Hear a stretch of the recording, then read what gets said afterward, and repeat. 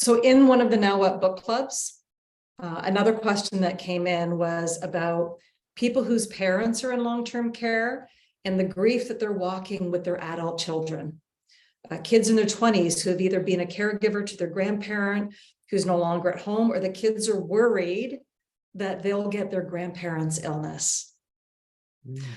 I thought, what an interesting, because there have been situations where my kids, did ask about Ty's diagnosis and if it was genetic. And I think it's a really fair worry as we see so many articles and warnings about Alzheimer's and dementia and aging. So I'm curious what your thoughts or what you would want to share with the book club members about that question. There's one thing for sure, as we watch our loved ones age and go into long-term care, or we are the caretakers and then that role is taken away because they're the kind of care that's needed is not the kind of care that we can give.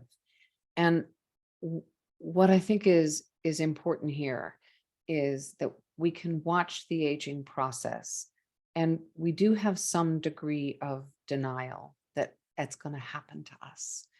And it's a healthy denial, because otherwise I think thinking about, oh my God, I'm going to age and I'm going to age out, and it can really be crazy making, can really make us feel so much at a loss. And so instead, to turn it around and think, I have the privilege of watching my grandparent go through this part of their lives, and maybe there are some beautiful kernels of shared stories or of wisdom that gets passed down to the children, and those children, as they emerge into their own adulthood, get to use those little bits of wisdom and take those tiny moments that they've shared and move with them. I know that my grandmother, she used to call me Edy Sue, and she used to say, oh, Edy Sue, you're going to be a writer. And there was no way that I ever thought that I would be a writer. And now that I've been writing more, like that wisdom that I poo-pooed stays with me. And so she's alive in me.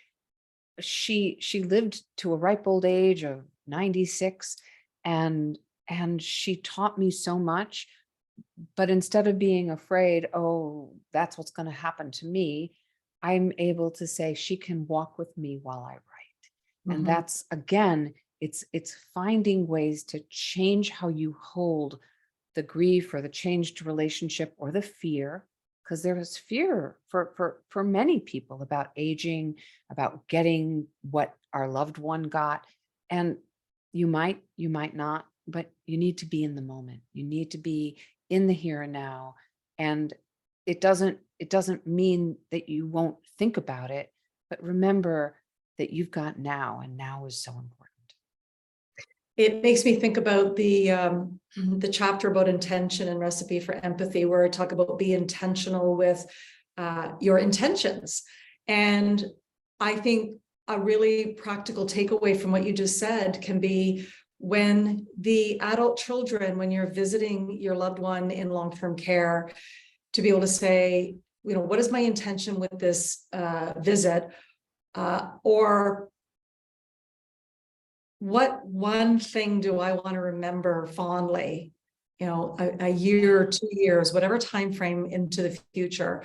When I look back on this day, what do I want to create? What do I want to make happen? Or what do I want to enjoy in that moment that can become one of those reflective memories? That's right? exactly Because right. what we're doing is we're taking the focus off of ourselves and putting it onto them, or we're focusing our energy and being present with them versus the fear of, oh gosh, it would be awful if I ever ended up like that. That's right. Yeah, it is. It's easy to slide into that position. And the invitation is there, though, to really be with your loved one in that moment, because who knows what kind of magic or information you might glean, because you've actually been present and haven't been so worried about what hasn't yet happened. Brilliant. Love it.